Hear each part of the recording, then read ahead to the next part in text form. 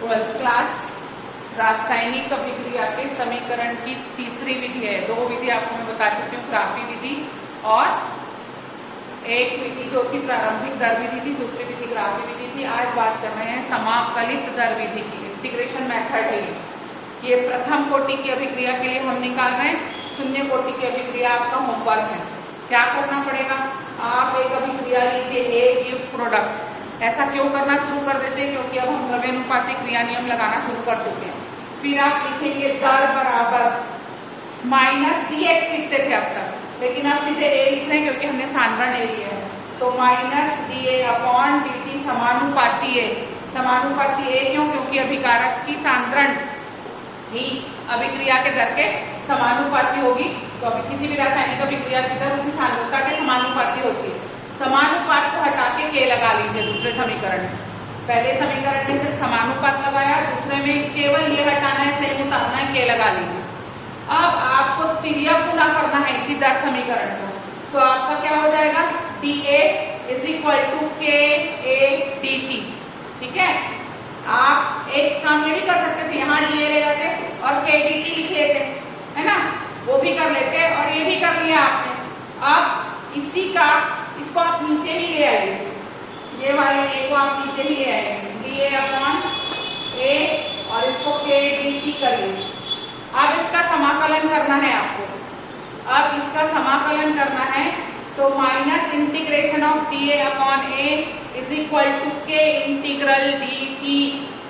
Minus integration upon dA by A is equal to K integral dt। आप पढ़े हो integration में dx upon x रहता है, तो इंटीग्रेशन हटाने के लिए आपको log लेना पड़ता है, और केवल ये रहता है तो केवल x आता है, अर्थात केवल t आएगा। यहाँ से हटाएंगे तो log a आएगा और यहाँ से हटाएंगे तो केवल t आएगा। तो अगला जो समीकरण है जब हम इंटीग्रेशन हटा रहे हैं वो हो जाएगा minus log a is equal to kt, ये इंटीग्रेशन हटने के कारण, प्लस i या c समाकलित दर स्थिरांक है। कभी भी दर स्थिरांक प्लस में नहीं देखा होगा आपने, इंटू वगैरह में देखा होगा। यहाँ प्लस में इसलिए दिखाते हैं क्योंकि किसी भी रासायनिक अभिक्रिया की दर में हमेशा वृद्धि होती है। उत्पाद के सांद्रण में कमी के साथ दर में वृद्धि होती है, इसलिए इसको प्लस में लिया गया है। अब इसी समीकरण को सॉल्व कर रहे हैं।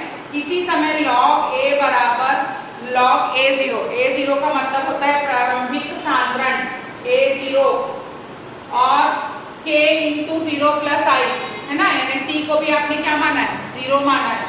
log a को आपने a0 माना है और t को भी 0 माना है। समीकरण में मान रखेंगे तो log a0 is equal to k into 0 plus i, तो i इज इक्वल टू हो जाएगा minus log a0, minus log a0 हो जाएगा। समीकरण छठवां है ये आपका। समीकरण 6 से i का मान आप समीकरण 4 में वापस रखेंगे तो देखिए समीकरण 4 में माइनस log a था, kt था, प्लस i था, तो चूंकि माइनस log है तो प्लस माइनस माइनस हो जाएगा, तो माइनस log a0 हो गया। पक्षांतर करिए तो log a0 minus log a is equal to kt हो जाएगा। log जब माइनस में होता है तो डिवाइड हो जाता है, तो log a0 upon a is equal to kt। log यहाँ से log हटाओगे तो ये e टू दी बेस में आ जाएगा।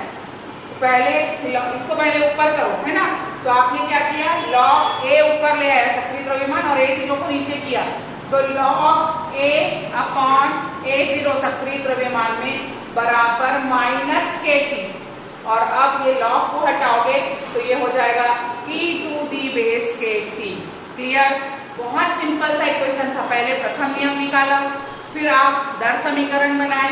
दर समीकरण बनाने के बाद x की जगह आप सीधे सीधे a ले लिए। a लेने के बाद आपने तिर्यक गुणा किया। तिर्यक गुणा करने के बाद आपने इंटीग्रेशन लिया।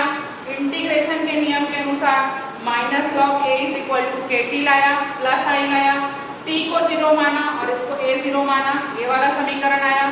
फिर i का मान निकला, i is equal to minus log a0।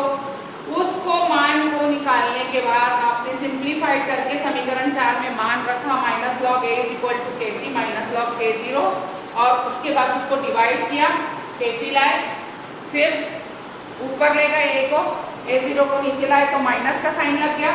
अब लॉग हटाए तो ये e to the base kt हो गया। क्लियर?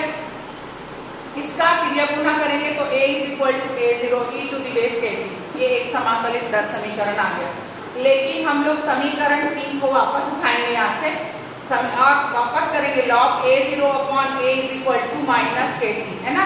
ये जो समीकरण आपका ये वाला है 9वां समीकरण, उसको आपने फिर से यहाँ पे उठाया है log a0 upon a is equal to minus kt। k को बाहर लाइए, k is equal to 1 upon t log a0 upon a। अब आपको एक और चीज नहीं सिखा रही हूं मैं, लॉग बेस 10 लेना है। जब जब लॉग बेस 10 लेना है तो 2.303 का गुना हो जाता है। तो ये k की जगह k ही रहा, 1 अपॉन t की जगह हम कर दिए 2.303 upon t log base 10 a0 upon a। ये आया आपका समाकलित दर समीकरण का पहला इक्वेशन। अब आपको क्या करना है, इस a0 को, ये प्रारंभिक सांद्रण है स्मॉल a मान लीजिए, और ये बचा हुआ सांद्रण है इसे a माइनस x मान लीजिए। तो a को a तथा a माइनस x मानने पर आपका नया समीकरण हो जाएगा k is equal to 2.303 upon t log base 10 a upon a minus x। ठीक है, ये आपका आ गया प्रथम कोटि की अभिक्रिया के लिए दर समीकरण। इसी को विघटन स्थिरांक भी बोलते हैं। इसी का हाफ लाइफ निकालेंगे अपन आगे जाकर।